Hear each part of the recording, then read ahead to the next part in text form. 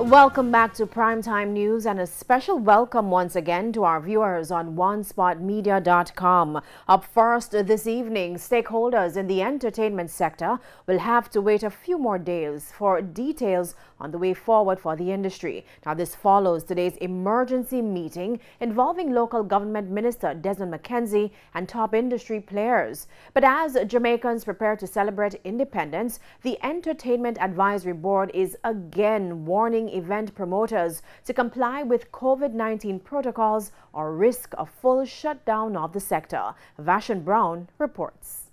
Entertainment stakeholders leaving a meeting with the local government minister Desmond McKenzie this evening.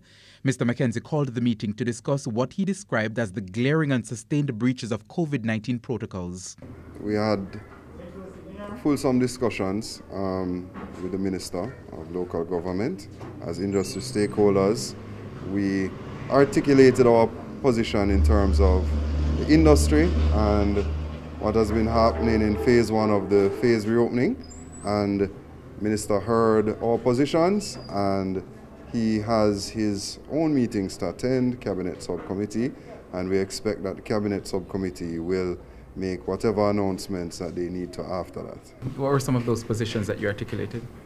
I can't say too much. I mean, it was really just, based on feedback from industry players, based on what has been going on. So when exactly are they expecting to hear back from the government? I hope for sure that we'll hear by next week.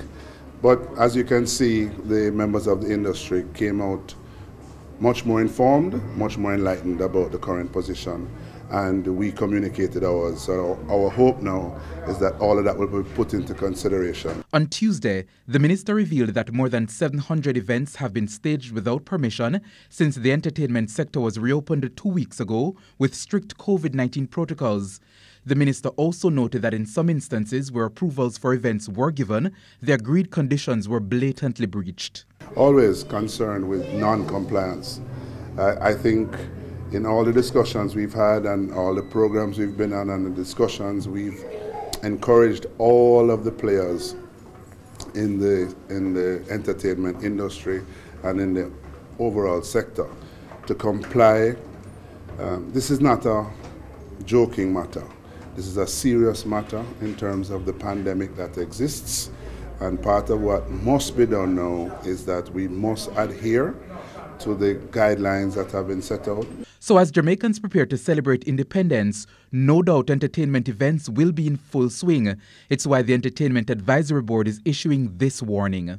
Comply with all the rules. Apply for the permits and comply with all your rules, because without that, we'll be faced with another shutdown. If we do not comply with the rules, the government will have no choice to shut down the industry.